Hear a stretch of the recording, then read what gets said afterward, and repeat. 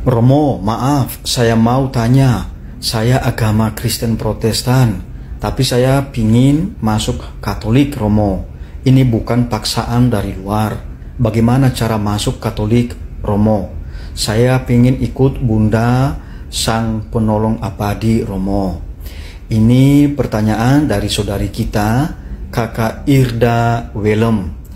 Salve, saudari Kakak Irda Willem. Tuhan memberkati Anda. Pertama-tama, kalau ada orang yang bukan Katolik mau masuk Katolik, maka yang saya sampaikan begini. Kalau Anda mau masuk Katolik, tentu kami sangat bersyukur, kita sangat bersyukur itu ya, dan kita juga pasti menyambut Anda. Tetapi begini, kalau sungguh-sungguh Anda mau menjadi Katolik, maka nanti kalau sudah resmi atau Anda sudah diterima dalam gereja Katolik, jangan pernah menjelekkan agama atau gereja yang Anda tinggalkan. Mengapa? Karena kita sebagai umat Katolik harus berjuang menjadi agen-agen yang membangun persaudaraan, persekutuan, cinta kasih kepada siapapun. Dan ini ajaran Yesus Kristus itu ya. Kepada siapapun yang berbeda dengan kita harus membangun persaudaraan kepada mereka. Bahkan Paus kita, Paus Fransiskus itu ya, berulang kali mengatakan, menasihatkan kita umat Katolik bahwa hendaknya, dan bukan juga hanya umat Katolik tapi umat yang lain, hendaknya ya orang beriman itu kalau dia sungguh semakin beriman sesuai dengan ajaran agamanya, dia mestinya semakin membangun relasi dengan sebanyak mungkin orang. Jadi tembok permusuhan, tembok ya yang menghalangi persaudaraan, justru ya ini diterobos karena kita adalah orang-orang beriman. Jadi kita harus membangun persaudaraan kepada orang yang lain. Ini pertama-tama yang perlu saya sampaikan kepada saudari Kakak Irda Willem itu ya. Nah, apa yang harus dilakukan kalau mau masuk Katolik? Tentu saja pertama-tama ya datangi romo paroki atau sekretaris di sekretariat paroki di mana Anda tinggal. Lalu ya daftarkan diri Anda di sana bahwa Anda mau menjadi seorang Katolik. Nanti di situ Anda ya akan diikutsertakan di dalam kelompok katekumenat itu ya. Katekumen itu orangnya berarti orang yang mau belajar mengenai iman dan ajaran Katolik itu ya.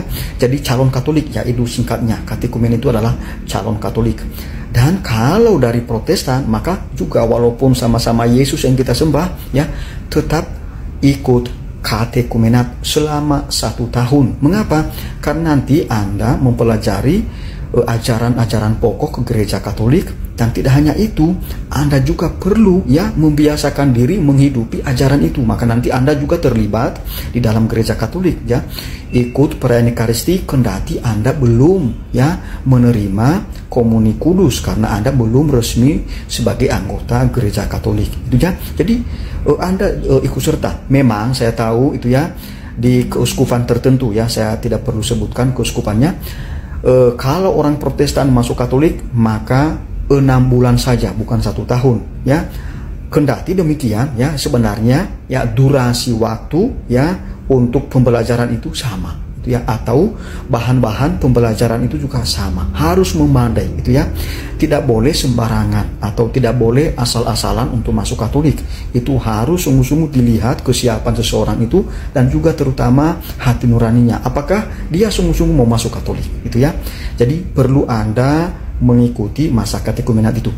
Nanti begini, kalau Anda berasal dari Protestan yang baptisan Anda Protestan itu diakui oleh gereja Katolik, maka nanti setelah selesai masa katekumenat ya, masa pembelajaran sebagai orang Katolik itu ya, sebagai calon Katolik, maka nanti Anda ya hanya diterima secara resmi dalam gereja Katolik. Tentu saja ada ritus liturgis tertentu itu ya, nanti pastor paroki akan memberitahu Anda.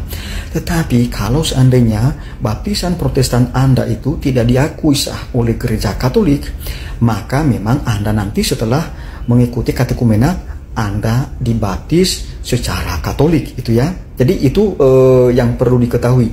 Nah, tentu saja muncul pertanyaan, Pastor, baptisan Protestan yang diakui seperti apa? Nah, baptisan Protestan yang diakui adalah materia baptisan itu dan forma dari baptisan itu atau kata-kata yang dipakai dalam baptisan itu sama dengan gereja Katolik. Nah, materianya adalah air murni, ya, air asli.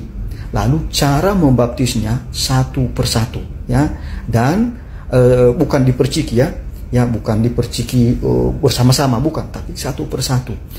Boleh cara membaptisnya itu adalah ditenggelamkan, gereja Katolik mengakui itu, atau dituangkan air di kepala, itu juga diakui oleh gereja Katolik. Jadi materianya, ya, sama dengan yang diakui oleh gereja Katolik, dan juga cara membaptisnya sama dengan yang dilakukan oleh gereja Katolik. Lalu yang kedua adalah forma baptisan atau kata-kata yang dipakai di dalam pembaptisan itu. Apa formanya atau apa kata-katanya?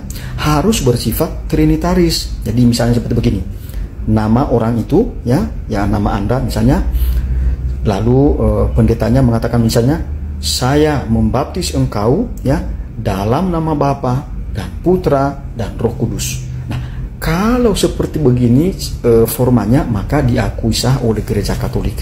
Karena kadang-kadang ada forma atau kata-kata yang tidak diakui oleh gereja Katolik. Saya ambil contoh, ya. Ini yang tidak diakui oleh gereja Katolik karena ini nanti bisa bertentangan dengan teologi Katolik atau juga ajaran resmi gereja Katolik. Misalnya seperti begini. Saya membaptis engkau dalam nama Yesus Kristus yang adalah Allah Bapa, Allah Anak, dan Allah Rohul Kudus. Nah, ini berarti modalisme. Mengapa? Berarti Yesus Kristus yang adalah Allah, jadi berubah menjadi Allah Bapa, lalu Allah Anak berubah menjadi Allah Anak, lalu Allah Rohul Kudus, Roh Kudus. Jadi ini bisa juga ini jatuh pada oneness atau prinsip kesatuan Allah saja. Itu jadi hanya Allah itu bukan Tritunggal, tetapi justru oneness, itu ya. Jadi itu yang perlu. Nah, kalau seperti begitu formanya tidak diakui oleh gereja Katolik.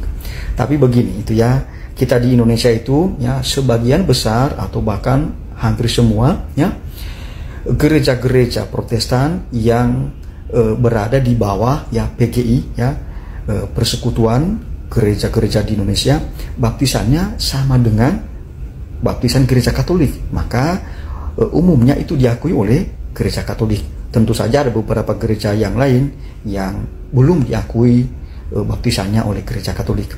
Jadi itu saja Saudari Kakak Irda Willem, ya. Semoga Anda, ya, pelan-pelan, ya, mengikuti proses-proses ini.